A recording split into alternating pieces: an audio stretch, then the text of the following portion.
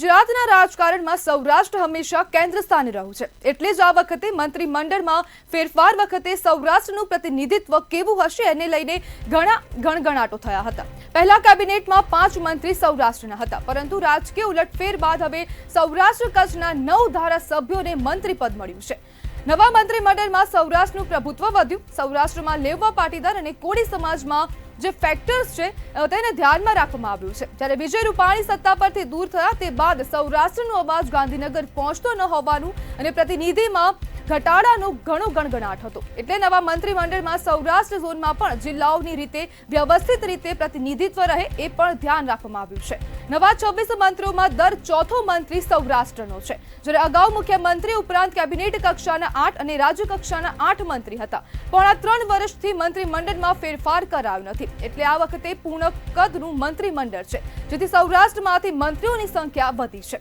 જે પ્રમાણે હવે મંત્રીમંડળમાં સૌરાષ્ટ્રનું જે દબદબો જોવા મળી રહ્યો છે ને તેમાંથી આ 9 ધારાસભ્યને મંત્રી પદ મળ્યું છે અને સૌરાષ્ટ્રમાંથી અલગ અલગ જગ્યાએથી હવે જે ધારાસભ્યો હતા તેમને મંત્રી પદ આપવામાં આવ્યું છે। જ્યારે મંત્રીમંડળમાં આ વખતે સૌરાષ્ટ્રનું પ્રતિનિધિત્વ વધી ગયું છે, ત્યારે સૌરાષ્ટ્રના નેતાઓ આ વખતે મંત્રીમંડળમાં ચમક્યા છે। જ્યારે મંત્રીમંડળમાં દર ચોથો નેતા હવે સૌરાષ્ટ્રનો જોવા મળી રહ્યો છે। ત્યારે ગુજરાતના રાજકારણમાં સૌરાષ્ટ્ર હંમેશા કેન્દ્ર સ્થાને રહ્યું છે। જે સૌરાષ્ટ્ર કચ્છમાંથી હવે 5 ને બદલે 9 ધારાસભ્યને મંત્રી પદ આપવામાં આવ્યું છે। જ્યારે અર્જુન મોઢવાડિયા, જીતુ વાઘાણી અને પ્રદ્યુમનસિંહ વાજા કેબિનેટ મંત્રી છે। આપણી સાથે સિનિયર પત્રકાર મિલન ત્રિવેદી જોડાઈ ગયા છે। મિલનભાઈ, સૌરાષ્ટ્રના 9 મંત્રીઓ શું કહેશો? 9 મંત્રીઓ તો સૌરાષ્ટ્રને મળેલા છે, કેબિનેટ પણ મળ્યું, પણ અમરેલીના સિનિયર એક ડોક્ટર ભરત કાનાબાર એમણે આજ સરસ ટ્વીટ કરીને મૂક્યું છે કે ભારતીય જનતા પક્ષ કાયમ તમે ન કરી શકો એવું જ કંઈક આપે। એટલે જે લોકોના નામ ગાજતા હતા એ લોકોને સાઇડલાઇન કરી અને એક નવો વર્ગ આખો બીજેપીએ મૂક્યો છે।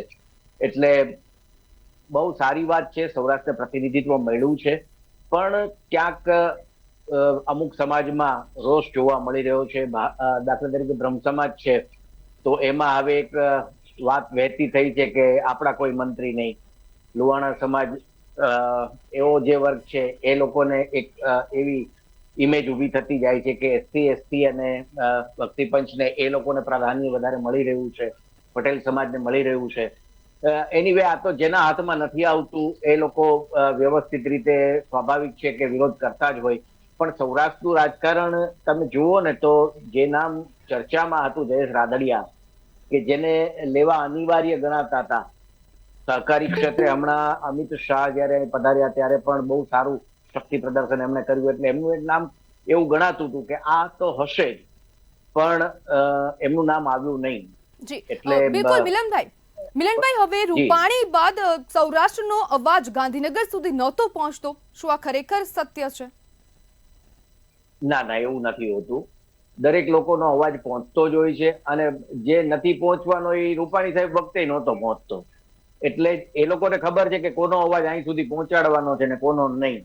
બાકી અત્યારે જે એ લોકોમાં જૂથવાદ બહાર આવ્યો છે ને, ભારતીય જનતા પક્ષ શિસ્તવાળી પાર્ટી ગણાય છે, પરંતુ છેલ્લા ઘણા સમયથી હવે જૂથવાદ સપાટી ઉપર દેખાય છે, એટલે એ થોડુંક ચિંતાજનક છે, પણ હજી સંગઠન બાકી છે। સંગઠનમાં મને લાગે છે કે જયેશભાઈનો સમાવેશ કદાચ થઈ જશે, અને જે નો રિપીટ થિયરી કદાચ એમાં આવે તો પાટીદાર નેતા તરીકે જયેશ રાદડિયા સંગઠનમાં આવી શકે છે। એટલે હજી જે થાય છે એ પણ સારું થાય છે, જે થવાનું છે એ પણ સારું થવાનું છે, એવું આ તમામ જે આવનાર ધારાસભ્યો છે એ લખી રાખે, કારણ કે સંગઠનની પોસ્ટો પણ બહુ મોટી હોય છે અને એમનું વજૂદ પણ એટલું જ ગણાય છે। એટલે સૌરાષ્ટ્રને આમ તો ભરીને આપ્યું, બીજા ગુજરાતના લોકોને પણ પ્રતિનિધિત્વ જમ્બો થોડુંક 26નું અત્યારે સંખ્યાબળ છે, એટલે હજી પણ બોર્ડ નિગમને એ પણ ગોઠવવાનું તો છે જ, એટલે ચિંતા કરવાને કોઈ કારણ નથી। અને ભારતીય જનતા પક્ષ તો કાયમ ભર્યું નારિયેળ રહ્યું છે અને રહેશે। સંગઠનમાં પણ હજી આવું કંઈક થશે, અને જેને કલ્પના ન કરી હોય એવા નામ પણ તમને જોવા મળશે। સૌરાષ્ટ્રને વેઇટેજ સારું આપ્યું છે, બધા ખુશખુશાલ છે. બાકી અત્યારે તો દિવાળીનો સમય છે એટલે એક વાત કહું કે ઘણા લોકોએ ઘરમાં રોકેટ સજાવીને રાખ્યા ફોડવા માટે જી અને બાકસ લેવા માટે ઘરમાં ગયા, ત્યાં પાડોશીએ આવી અને અગરબત્તી ચાપી દીધી. આ એવો ઘાટ થોડો ઘડાયો છે. જી બિલકુલ મિલનભાઈ, જોડાવા બદલ આપનો આભાર.